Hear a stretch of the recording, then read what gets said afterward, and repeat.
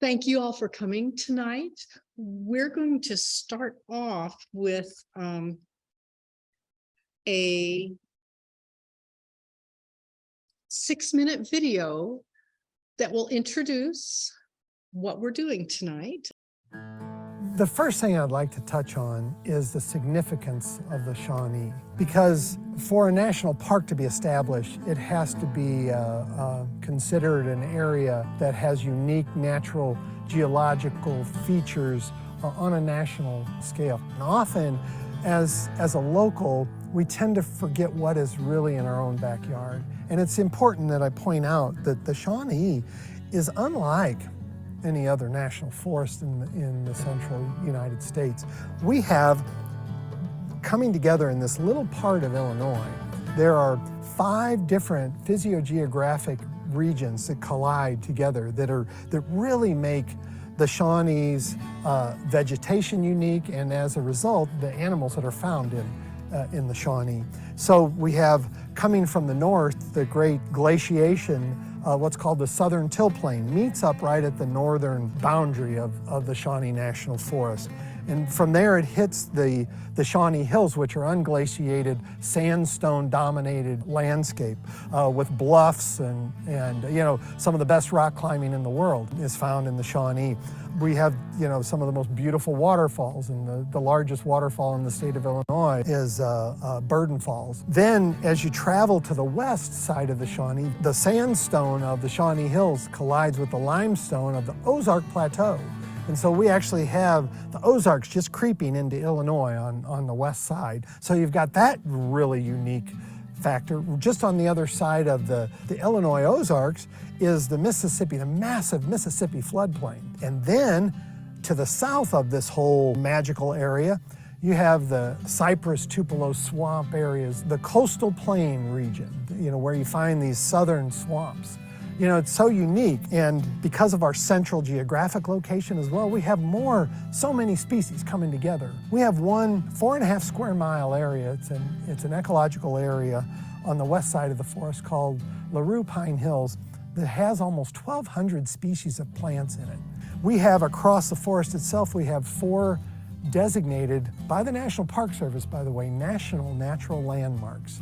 And again, designated by their unique natural and geological aspects. And they include LaRue Pine Hills, Little Grand Canyon, Bellsmith Springs, and Lusk Creek Canyon, national natural landmarks. So we have 4 of those. And then we have the Garden of the Gods, probably the most photographed shot in view of Illinois that you can find is a picture of Camel Rock overlooking the Garden of the Gods wilderness area. Then you add to the fact that we have a National Historic Trail. The Trail of Tears goes right through the Shawnee National Forest. So we are loaded with all of this incredible diversity. We're loaded with these beautiful scenes. You know, the High Knob is one of the most magnificent views.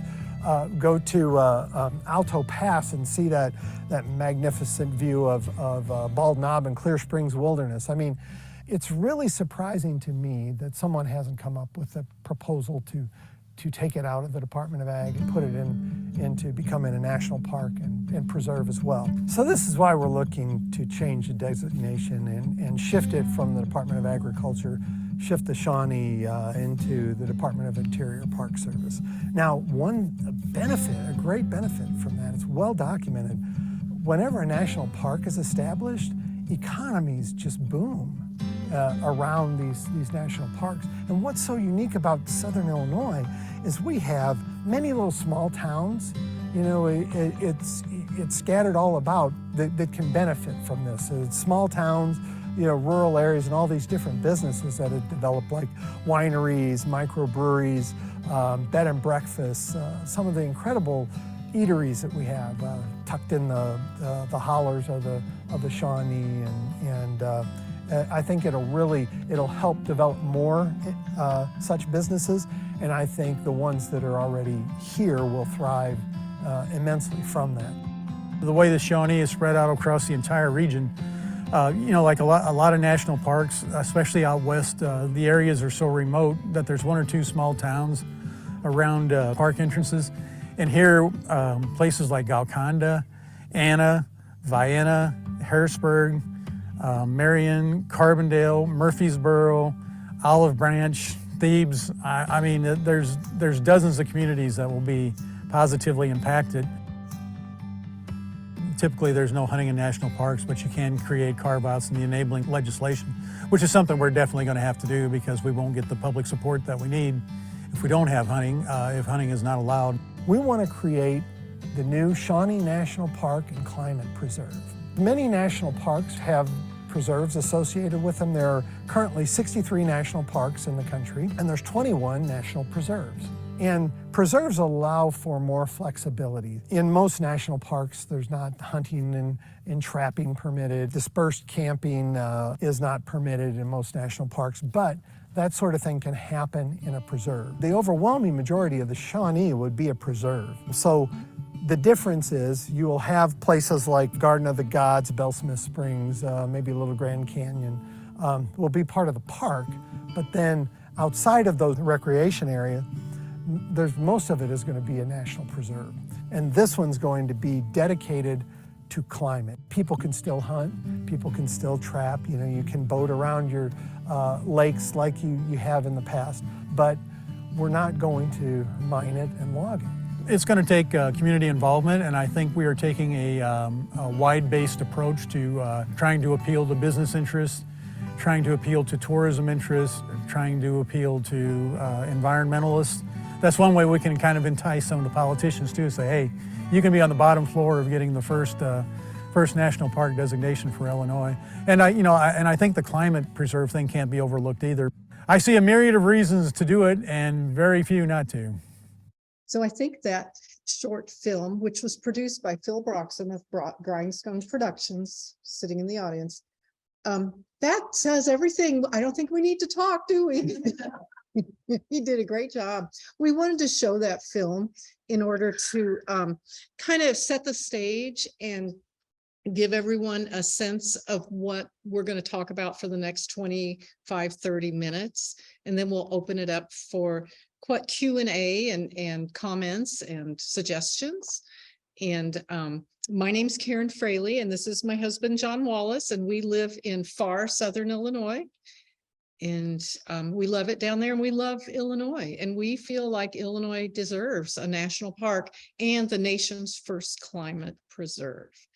So, John, would you like to say anything before we get started? Yes. First of all, I'd like to thank everyone for coming tonight, taking the time out for this. And I'd also like to thank Sandy Kepton for her help with organizing this. The Elgin Green Group 350, the League of Women Voters, the Sierra Club Valley of the Fox, as well as the Gail Borden Library. Thank you so much for all this help and bringing us here to Elgin, and hopefully we can enlighten you and on the proposal to create Illinois' first national park and the country's first climate preserve. With that, I think we'll start the program. We're here to help you understand why Illinois deserves and needs to have the Shawnee National Forest designated as the nation's 64th national park, the Shawnee National Park and Climate Preserve. The Shawnee is located at the southern end of Illinois between the Mississippi and Ohio rivers and encompasses the 11 southernmost Illinois counties. The Shawnee is one of the most unique areas in the country with its biodiversity. It's where the foothills of Appalachia meet the foothills of the Ozarks. The Mississippi floodplain lies between the confluence of our country's two great rivers, the Ohio and the Mississippi. The Great Plains of Illinois border the north side of the forest. The convergence of these distinct habitats makes the Shawnee one of the most unique areas of the country, with a diversity of landscapes, flora, and fauna. We're hoping to show you that these distinctive features deserve to be set aside as a national park, and that the economics of Southern Illinois demonstrate a need for the boost that only a national park can provide. In addition, I will discuss the benefits of a climate preserve. We feel the Shawnee is perfect for national park status. First, the land is already owned by the federal government. Second, according to the National Park Service website, the agency is looking to expand its presence in the Midwest. And as Illinois' current tourism slogan states, enjoy Illinois, the middle of everything. The Park Service website indicates that the agency would like future parks to be located, to be in locations used by migratory birds. The Shawnee is on the Mississippi Flyway, a primary north-south corridor for migratory ducks and geese. Each year, Southern Illinois receives larger flights of trumpeter swans and white pelicans.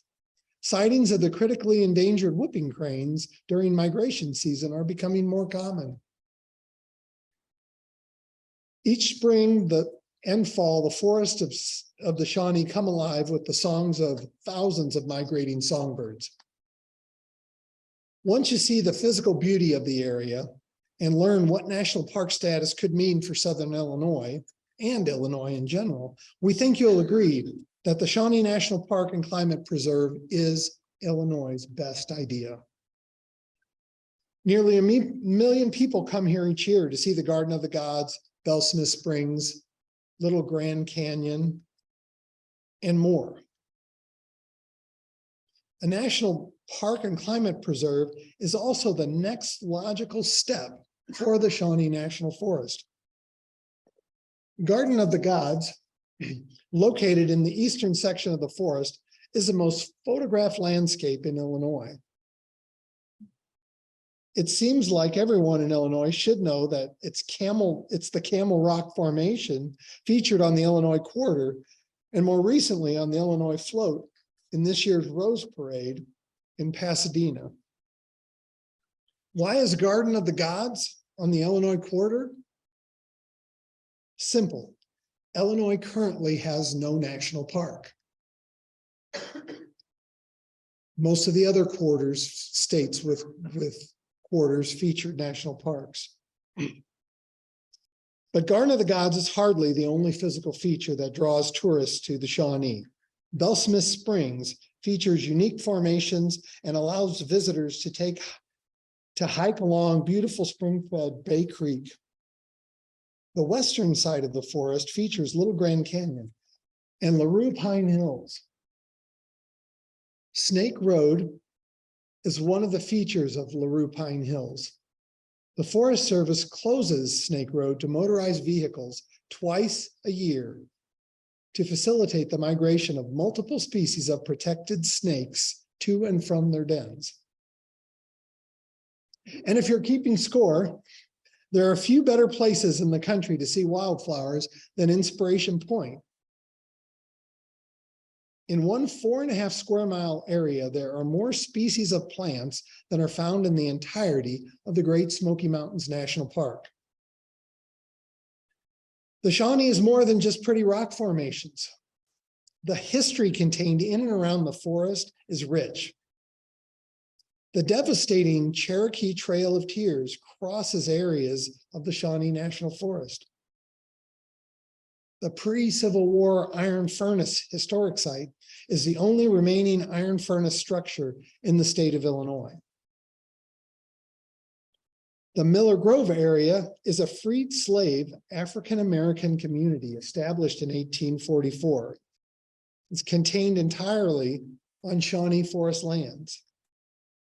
The remains of the settlement from 1844 to the 1920s include over 20 homesteads, a cemetery, a church, school, and landscape features.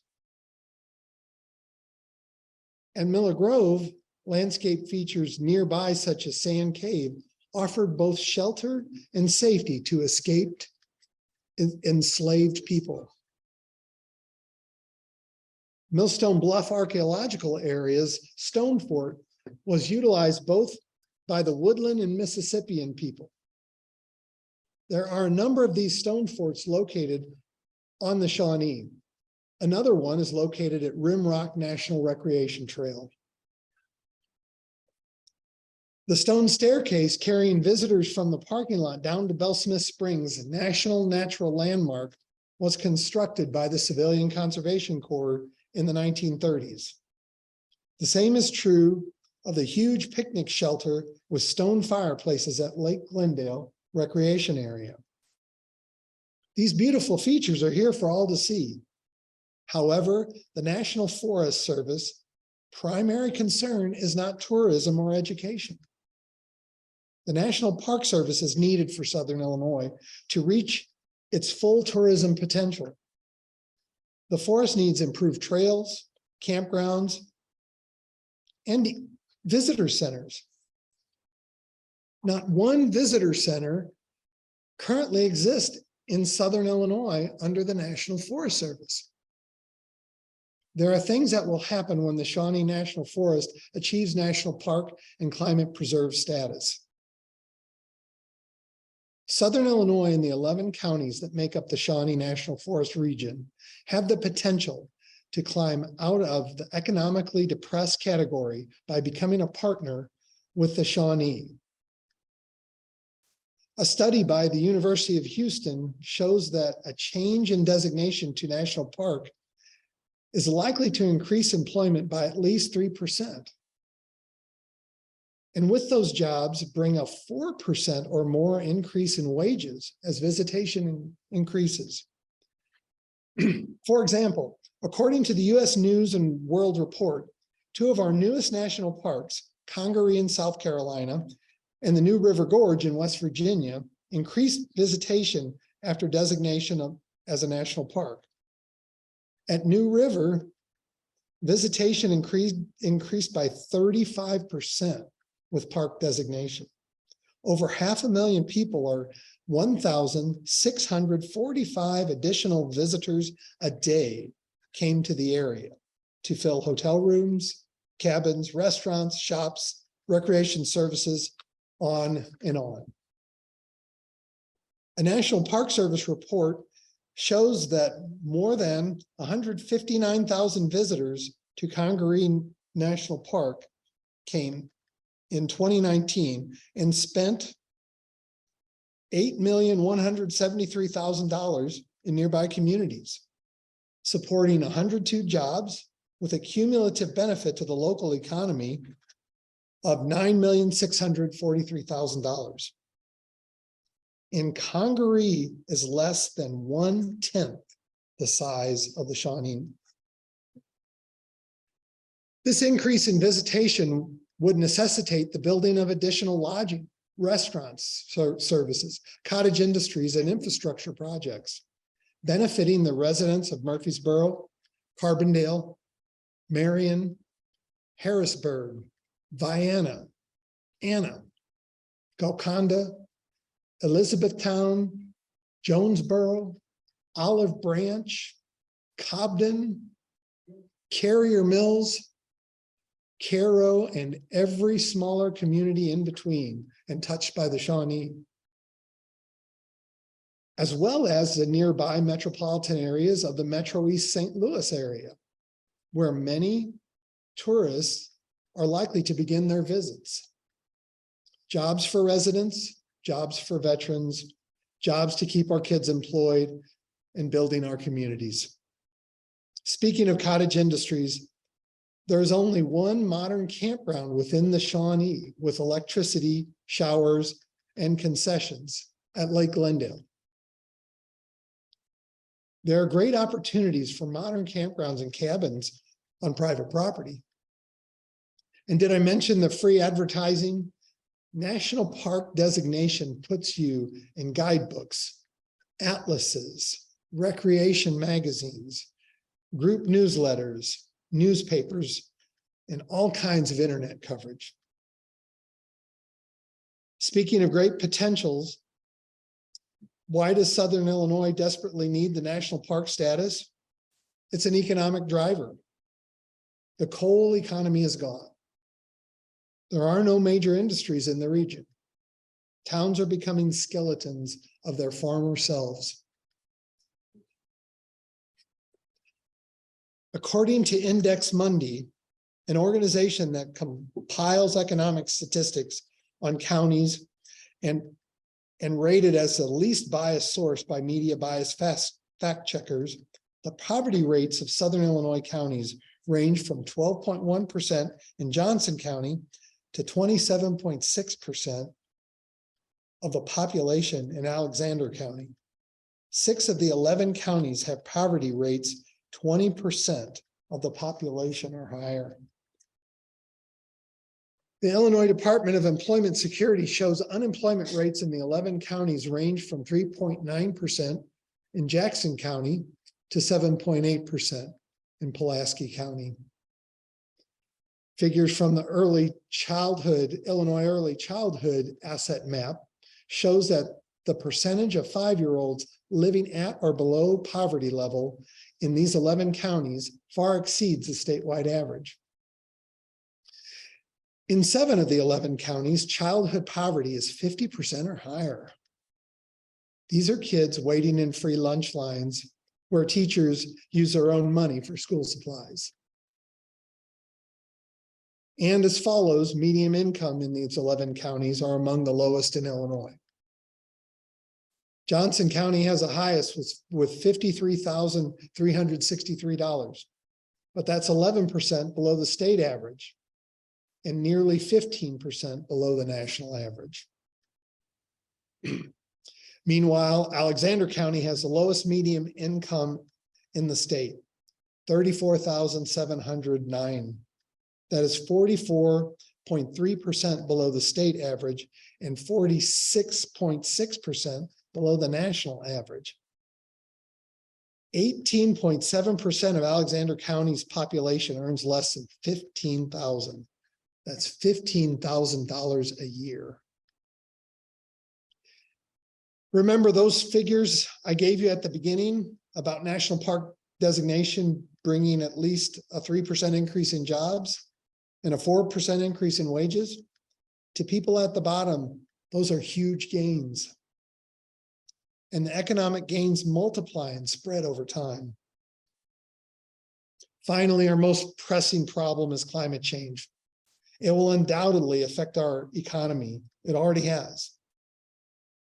By creating the Shawnee National Park and Climate Preserve, we can help solve our economic problems in the shorter term and work to solve the long-term problem of climate change with the country's first climate preserve. Southern Illinois and the country, Illinois, doesn't just want a national park and climate preserve, we need one. It's the next logical step.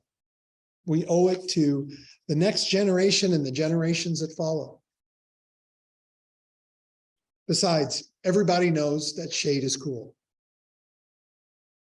And now a little bit about a friend of mine and his lifelong relationship with the Shawnee. Sam Stearns. He grew up in a small coal mining community near Harrisburg, which depended on the mines to support families and communities. As a kid, hiking, hunting, and riding his bike throughout the coal mine spoils where his family lived, Sam never knew any downside to fossil fuels. Their production and use was what they knew as normal. But on most weekends, Sam's coal miner father took him to places in the nearby Shawnee Hills, which are now recognized as ecological, scenic, and historic treasures, like Burden Falls, Giant City, Garden of the Gods, and of course, Bellsmith Springs. He loved those places then, and he still does, although he did not appreciate them like he does today. As a child, Sam read about other places around the globe and thought, if it is this nice here in Southern Illinois, it must really be nice everywhere else. Much of the public land then, over 60 years ago, was young forests. The few places which have been allowed to grow and mature have only gotten better and better. Through the decades, though some of those forests have become commercially valuable for the extractive industry, they're now being logged at an alarming rate. One of our most important attractions, the River to River Trail, is being used as a logging road. And adjacent forest, just a couple miles from Garden of the Gods, has been clear cut. This is because the mission of the current managers involve resource extractions, and it provides corporate welfare for this industry. This is why Southern Illinois and the Shawnee need the National Park Service at this moment. The Park Service will preserve forest resources while benefiting our region economically.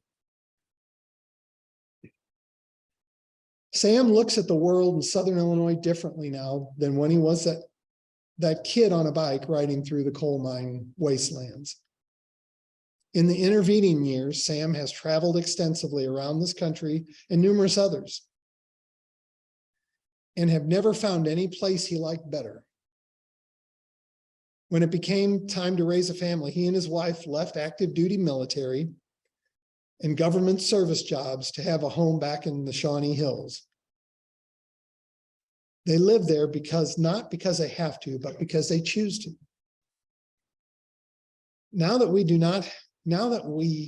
do know the downside of fossil fuels and watch the devastation and decline which it has brought to our local economy in the past, we know we must seek another solution to benefit the people here and the environment in which we live. Recent studies document the amount of carbon dioxide emissions produced from commercial logging. That is Sam in the middle of that logging area. The wood products industry in general, and from young, recently logged forests, which together constitute over 14% of the nation's greenhouse gas emissions. Research has also chronicled the important role that mature and old growth temperate forests play, including eastern deciduous forests like those growing on the Shawnee, in capturing and storing carbon dioxide. Since carbon dioxide is the atmosphere's most prevalent greenhouse gas, it has become clear that America needs to drastically reduce or stop logging mature and old growth forests. This map shows recent, current, and future logging sites on the Shawnee. In 2018, the United Nations Intergovernmental Panel on Climate Change issued a report containing a stark warning that civilization not only needs to drastically reduce carbon dioxide emissions, primarily from the burning of fossil fuels,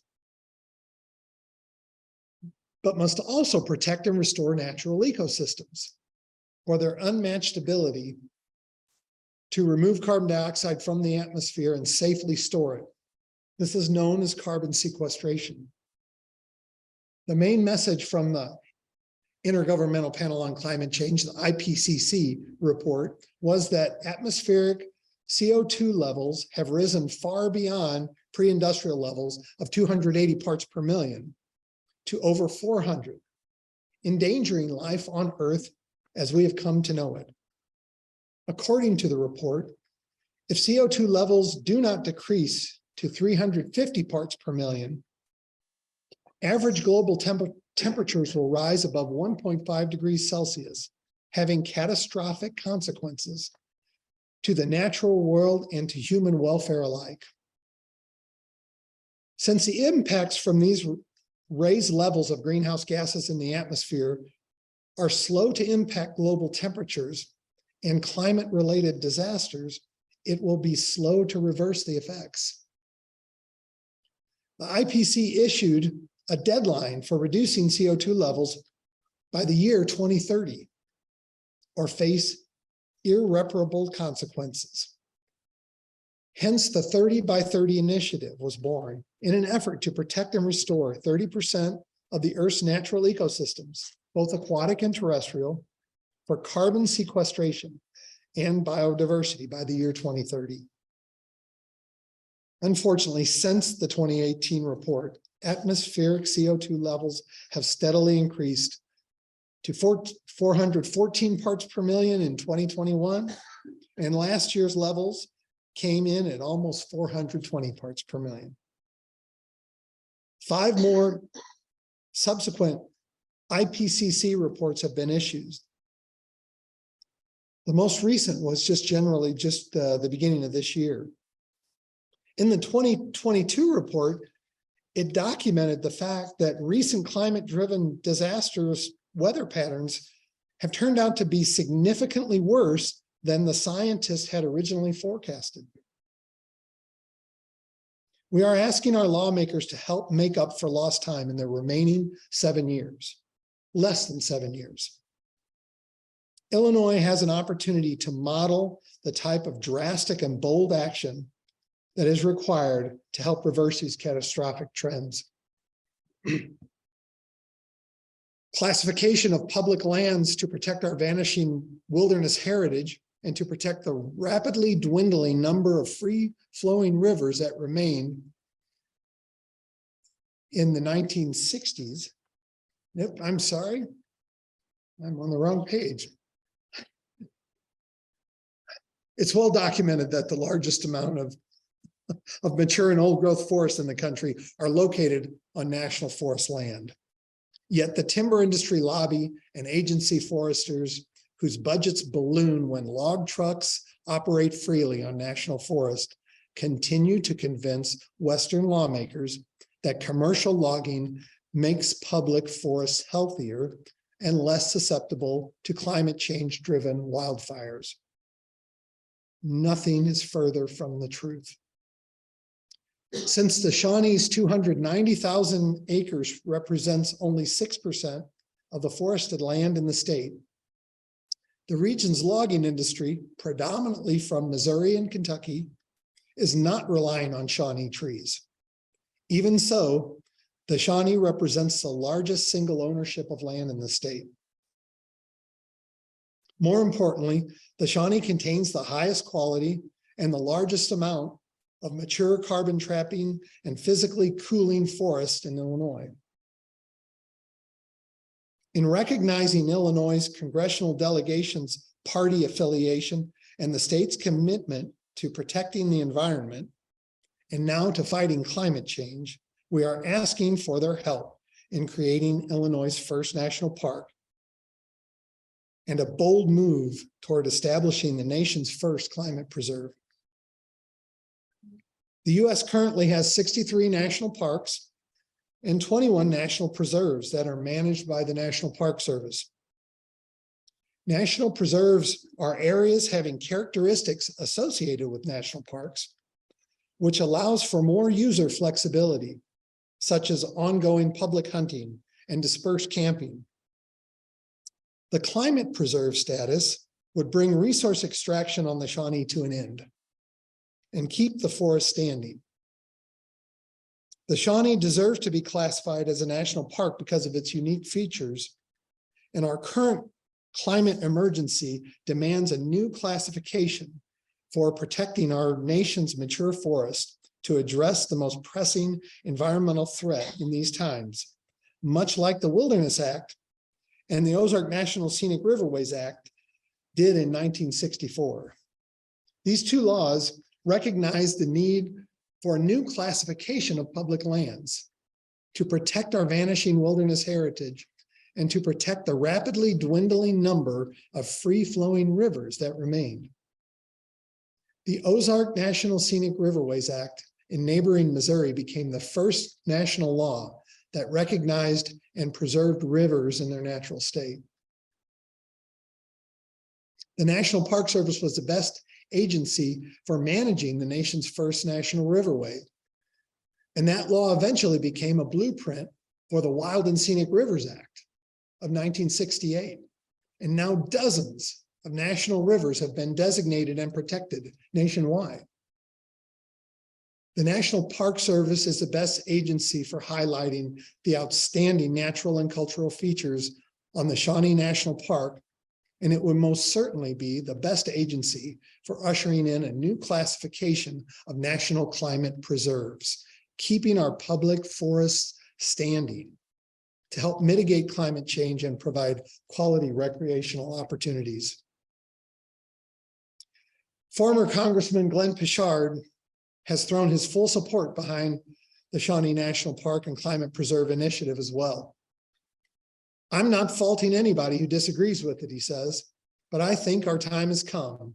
I think the time is here to take the next step. The Shawnee National Park and Climate Preserve is Illinois' best idea. Here in a state that currently has no national park, and a state that is championing actions to counter climate change. And finally, a word of advice from the historically bold conservationist and lawmaker Theodore Roosevelt, who said that nothing short of defending this country in wartime compares in importance with the great central task of leaving this land a better land for our descendants than it is for us. So how can you help? What can you do? You can contact Governor Pritzker, your US representatives, and Senator Durbin and Duckworth, and let them know that you support transferring the Shawnee National Forest out of the Department of Agriculture Forest Service and into the Department of Interior National Park Service to create the Shawnee National Park and Climate Preserve. Here's our contact information, and we're happy to answer any questions you may have. Thank you. So this would be, like, how does this become, is Congress vote on it? How does it work? It would take an act of Congress. The question is, how does this work? How can this happen? It would take an act of Congress to create a new national park. It's no small undertaking. And the way we do that is we convince our lawmakers that it's in all our best interests. And Illinois is strategically situated in the realm of public lands. Most of our western forests do not have larger timber industry than we have. And as I mentioned, the timber industry is primarily dominated in Southern Illinois by out-of-state companies. We don't have one mill, for instance, that in Illinois that even relies on the Shawnee for timber.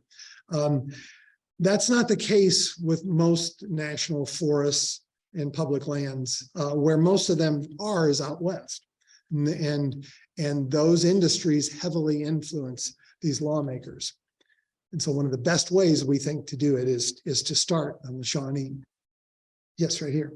What percentage of the forest is actually old growth versus replanted? And is there replanting done? Because I'm from the West, I worked for Weyerhaeuser, and they always said the worst managed land were the national forests.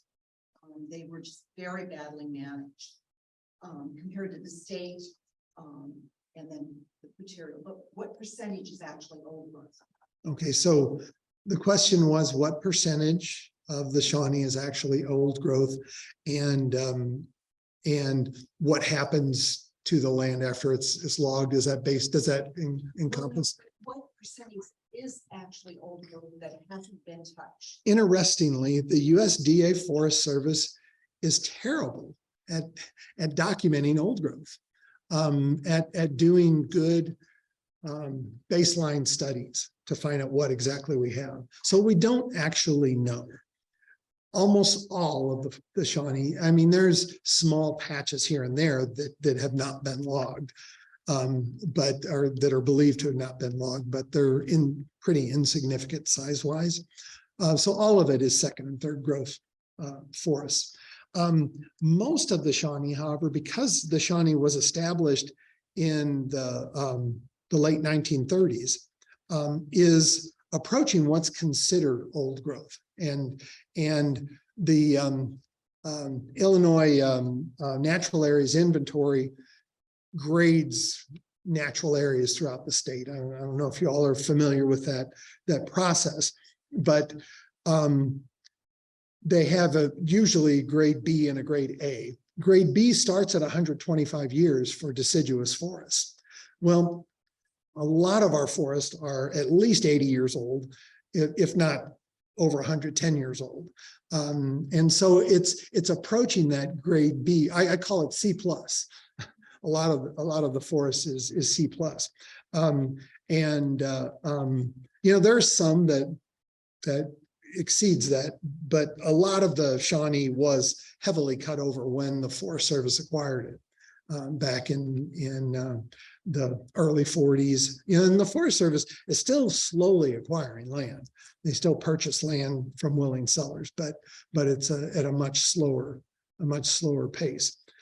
So I wish I could tell you what is exactly old growth and what is not. But there are now new studies that have come out that show that eastern deciduous forests are really much better at sequestering and storing carbon than are many of the western forests that are much older, than drier. These are much more moister forests. We have richer soils. They're more productive, and more productive forests actually sequester more carbon. And so we're just constantly finding that these forests are better at that. But I'm sorry, I can't answer that one specific question. There's a question from home audience. What if any are the potential downsides brought up by opponents to converting Shawnee to a national park and climate preserve? What, if any, downsides are there to Are people bringing up, Opponents. our opponents? bringing our up? opponents bringing up to creating the Shawnee National Park and Climate Preserve out of the Shawnee National Forest? There are a number of opponent stances. I don't think that actually there are good reasons based in good facts. There is first, people claim that recreation is going to be limited, restricted under the National Park Service. If the National Park Service has enjoyment in part of their mission statement, and that is, that makes it, recreation is a very important part of what the Park Service does. It's not a component in the mission statement of the USDA Forest Service. And there are different, we have no agenda to restrict recreational uses on the Shawnee. The places that are currently already restricted, recreation areas like Garden of the Gods, like Bellsmith Springs, Rimrock, and Pounds Hollow, Little Grand Canyon.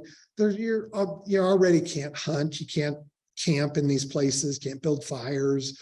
Their equestrian use is either not allowed or restricted to specific trails in those areas. So there are already restrictions. Those are the areas what we're recommending as becoming a national park, with the greater majority of the Shawnee being a preserve.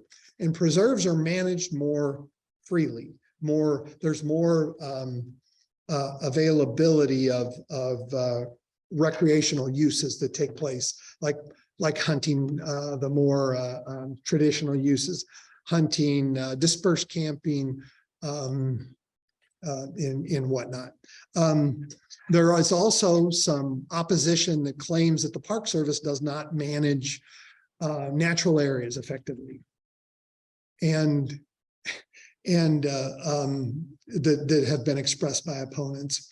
And if you think about that, the Park Service, the National Park Service, is responsible for managing America's best natural places. It's almost crazy, but I have challenged every person that has made that claim to show me one example of where the Park Service does not manage the natural areas well. And I can show them chapter 4 of their policies that state all in depth on what they do as far as invasive species management, restoration, when they intervene and when they choose not to intervene. What they don't have, what's so important, is they don't have an industry involved that is resource extractive. And the USDA Forest Service has productivity as part of their mission statement. That is directly related to timber. There's no way the USDA Forest Service is going to not harvest timber. That's what they do. It's what Congress designated them to do. It's not what Congress designated the Park Service to do when they were established. Yes. Question kind of on my nose, you mentioned in pelicans, are there any with the global warming, have you noticed animals or birds, or particularly birds that have entered the Shawnee that were not common before recently? Any birds, animals, whatever? Has it changed? Yeah. So you notice, pardon?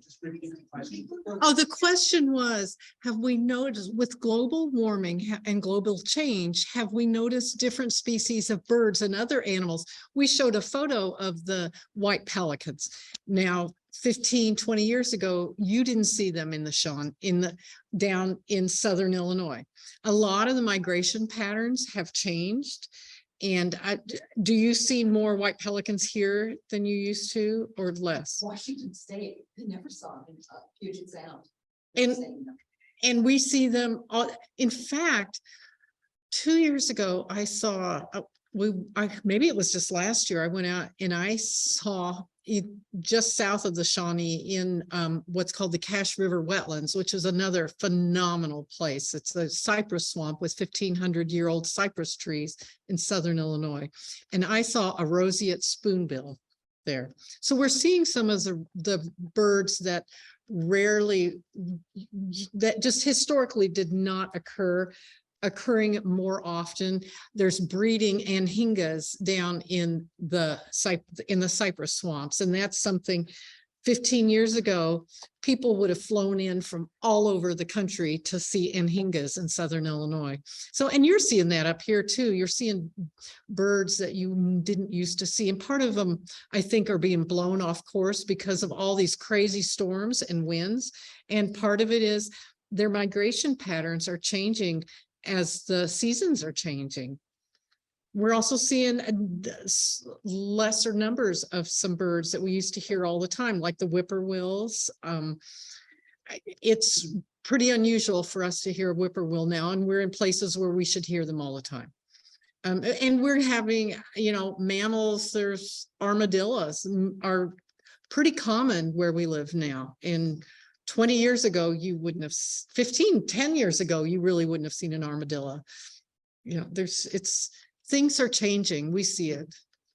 And I think it's affecting the makeup of the forests too.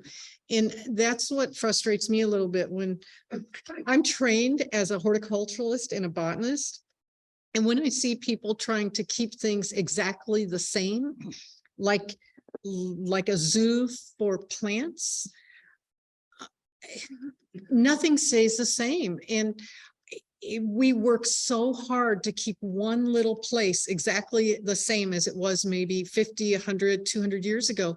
And it's an uphill battle because things always did change. But now with climate change, everything's moving at such a rapid pace. It's almost unbelievable. We were talking this morning that and I was looking through some of the magazines. I can't find it. There was a magazine that was published out of Champaign-Urbana for maybe 15 years called the Illinois Steward. I don't know if any of you are familiar with it, but there was an article in one of the later issues about climate change and how the climate is going to change in Illinois, and that by 2050 it'll be more like it is in southern Texas in Illinois, or at least in southern Illinois. And we feel like a climate preserve where there are studies coming out that these forests, large tracts of mature, they don't have to be old growths, mature deciduous forests can sequester, what's the percentage, John, of? It's 11 to 14%. 11 to 14%. It can change, and we perceive like a series of these climate preserves being established across the nation, across the East, in the national forests and the national recreation areas, where the forests are kept intact and everyone can still recreate and do the things they love down below, fishing and hunting and off-trail camping and riding their horses and their bikes and mushroom hunting and wildflower looking and bird watching, but the forests stay intact in order to help sequester carbon and to protect our climate. And it just seems like this whole proposal for us seems such a win-win. Southern Illinois is so poverty stricken, and I've lived there for 35, 40 years, and I've seen the small towns lose populations. And I didn't bring the stats with me. Almost every city and village in Southern Illinois, except for Marion and Heron and Carterville, have lost population, some a great deal, some a little, but it is just, it's hollowing out, and we see this as a win-win. Yes. I'm sorry. Can you talk about the let the sun shine in arguments and what's your opinion of that management technique? So Let the Sunshine In is an initiative that was brought about by the Shawnee Resource Conservation and Development Corporation. Do you have RC&D districts up here? It is basically a not-for-profit corporation that is supported by the U.S. Department of Agriculture funding. It's supported by grants, and the Let the Sunshine In is one of their initiatives that involves basically opening the forest canopy to sunlight by logging and burning, primarily repeated prescribed fire. And in an effort to reestablish the oak regeneration component to the forest. Oaks are real valuable as far as wildlife species are concerned. They're a dominant tree on the Shawnee. What's happening and has been happening for probably 30 plus years is in the understory, the young oaks are not coming back to replace the old oaks. They're being replaced more by faster growing trees, mesophytic trees, maple and beech. And the Let the Sunshine In proposal, our standpoint is you create this large opening, you take out both oaks and the undesirable mesophytic trees, and you'll get oak regeneration back. But that hasn't happened. They've been doing it. The USDA Forest Service has been doing this logging since the 1980s on the Shawnee. And I can take you back to more past clear cuts, past group selection cuts, shelter wood cuts, and the oaks are not coming back. That's not the case. It's not working. But that is, and it's a big initiative, and there's a lot of funding behind it. And they promote the USDA Forest Services programs, but it's not working. It's sadly not working. And there are studies out, and we have a lot of this. We have a Mythbusters document at the back table. There's been studies produced. What I tell people is don't necessarily trust what I'm telling you. Look for yourself, read for yourself. And these studies have been performed on these past logged and burned sites. The oaks are not coming back. It's not working. However, old growth oak forests will produce a heavy acorn crop, if in fact what they were doing, and not the entire Shawnee. It's real important to understand that it's historically a mesophytic, which is a moist forest. It's a very moist forest. Parts of it should be oak oak and hickory dominated, which tend to be more dry. Not all, we have 19 different species of oak trees that grow on the Shawnee. And so some like moisture conditions than others, and some like the more dry xeric conditions. But when you establish these old growth forests, they tend to produce a lot more seedlings and a lot more, which ultimately make it to sapling stage. If in fact the agency would deal with the problem areas and deal with the problems solely and not cut the oaks out, they might have a better chance of success, but they're not, and they haven't had. And again, there are studies locally and studies nationally that show that what they're now doing is shelterwood logging. In the back, you've been very patient. I was wondering if you could communicating with the Native Americans in the area about this. We don't have an organized indigenous presence in Southern Illinois, and most of the tribes that used the Shawnee historically were migratory. They moved through the area in and out. But we do have people, we do have a team that is working on reaching out to, there's certain tribes that claim this area. Now, I don't know that we have results to see if they support this proposal yet or not.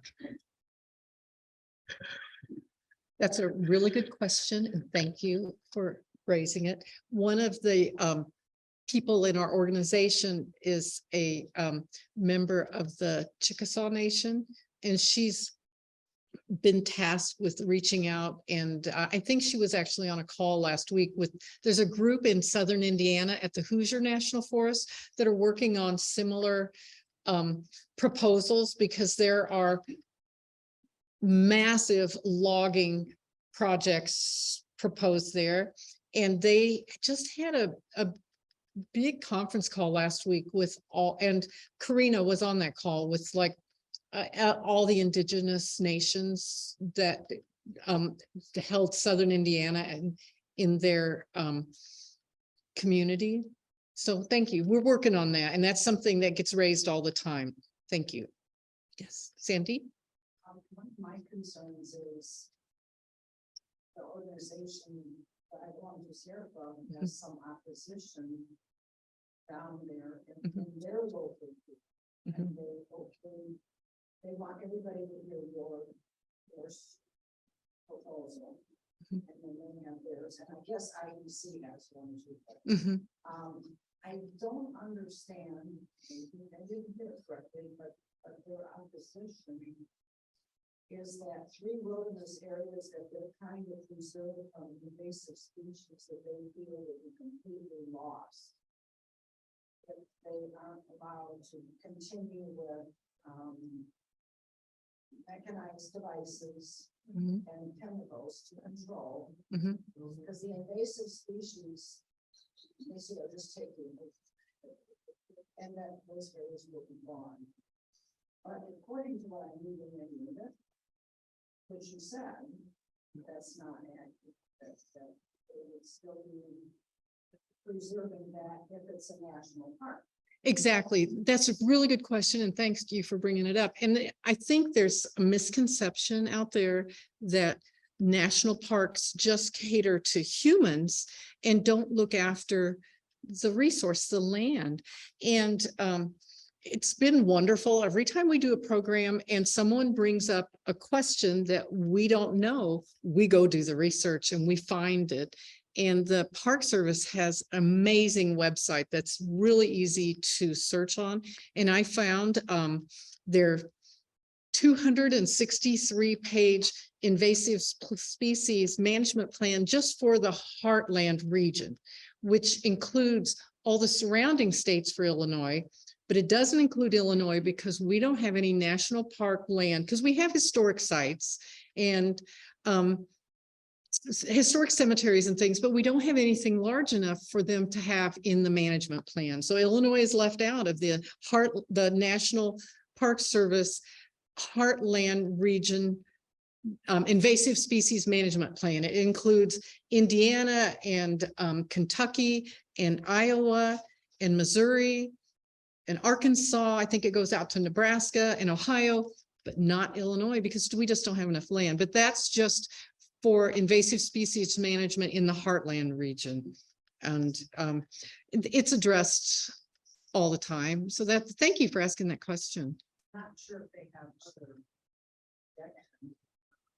In the wilderness areas too, a lot of times what we've noticed, and I'm sure it's documented in research, but what we've noticed on the ground, even on the highways along us, when there's disturbance, either by horses walking through, droppings, leaving seed of invasive plants that then come up, or seed in the boots or in the hooves of the horses, or in the or on the roads in front of our house, the machinery, the seeds, they're spreading the teasel. I've seen it in 5 years. I've seen the incredible spread. So I truly believe that invasive species are spread by disturbance and by mechanical and human and animal, you know, the burrs that get on our dogs' coats and get traveled around. It's a really good question.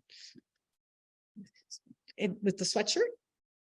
So like, what's the difference in like the way they're like managed between like a climate preserve or just like preserve?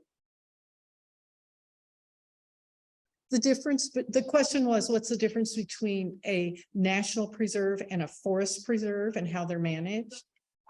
Oh, climate preserve. I don't know forest preserves enough because we don't have that classification in Southern Illinois.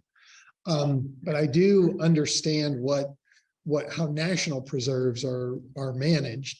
And what's important to understand is we have no climate preserves yet.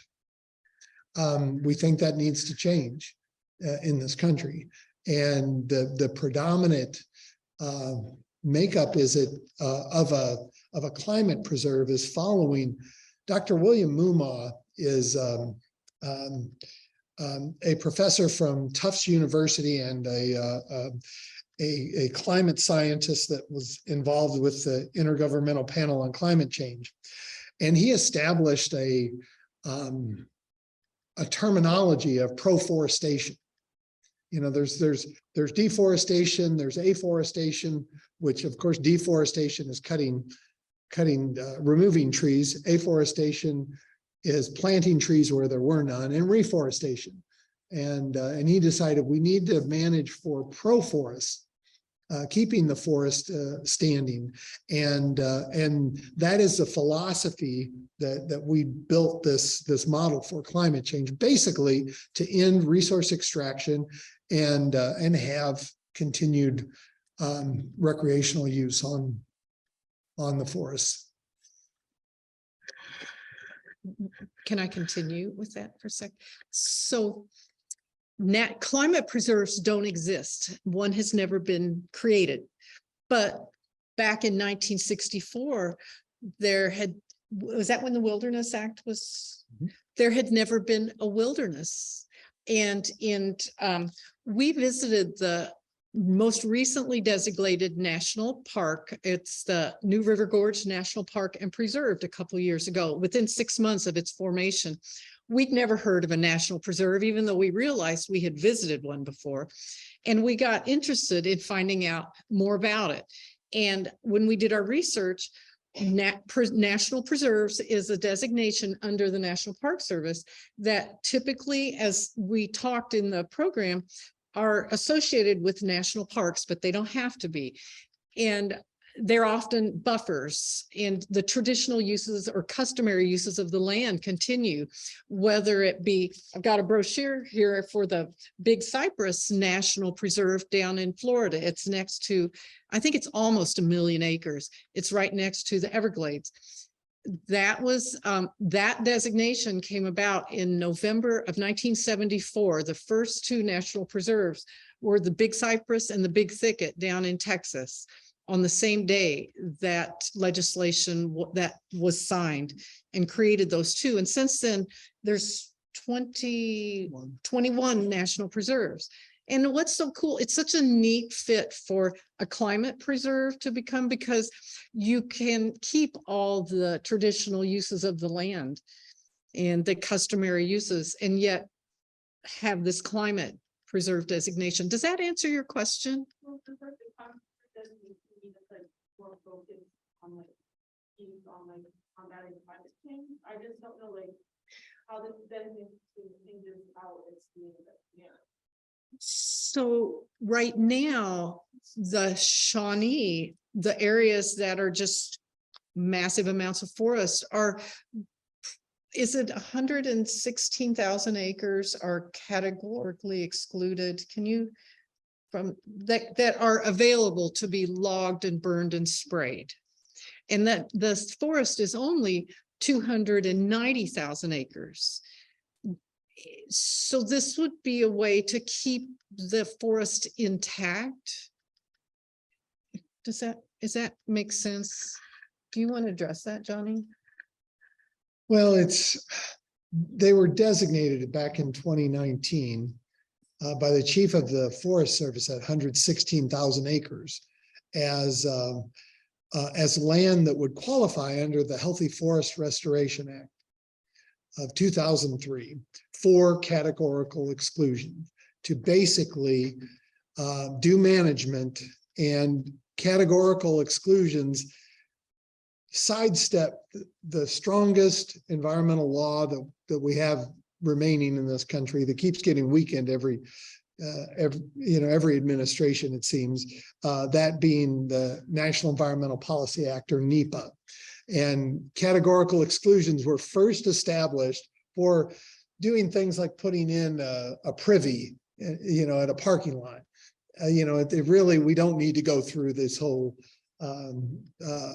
NEPA process of doing an environmental impact statement and coming up with all kinds of alternatives. But the government has slowly eroded away that, and now we've gotten to the point where now they can designate on the Shawnee a 3,000 acre swath of land to be logged and bypass the NEPA requirements. And we're currently operating under an outdated forest plan that was developed in 2006 by the Forest Service that for 10 years. Well, it didn't even address climate change. And that's one of the requirements with NEPA. You have to address current day climate, current environmental issues, among other things. And they're in violation of the law. So if that helps. I know there's. Thank you for the question.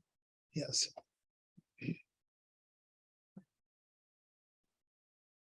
Opinion question.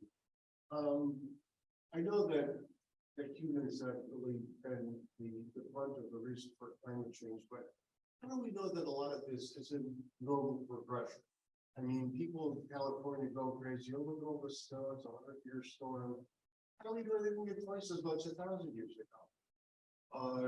The Grand Canyon, obviously, the river was a lot higher way back when to cut it out like it is now. And you've got, let's say, in Egypt, a lake starts to run dry, all of a sudden, whoa, out of nowhere pops a 3,000-year-old temple that must have been built on dry land. And we kind of were saying before that, in the next number of years, the climate here can be like this. We've had a couple ice ages over time. Could this be a tropical time period for the Earth, or what? I don't know. I'm asking your opinion. The question was, how do we know that basically that this just isn't a natural climate issues that we're facing aren't just natural cycles that happened, and we know that the climate has warmed in the past. How do we know that this isn't happening here? Does that characterize your question? Sure, that's I don't know. I'm not a climate scientist, but I think that what really cemented my commitment to the climate was the Intergovernmental Panel on Climate Change report in 2018. When they came out, it was over 100 scientists from all different walks of life all around the globe came up with this report saying this is not natural sequencing. I mean, there's, you know, they've done everything from, and I can't speak for them, but examine glaciers and, you know, and to see the different changes of climate. And basically what I gathered from that was the fact that there were historical changes, but much broader.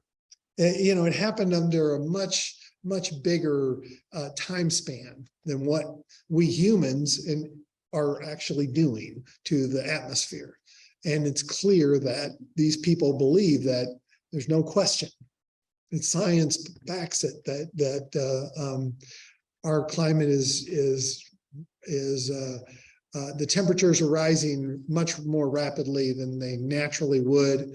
And as a result, life as we've come to know it, you know, is going to cease to exist if we don't take drastic action. So I don't know it personally, but I believe that that's probably the case.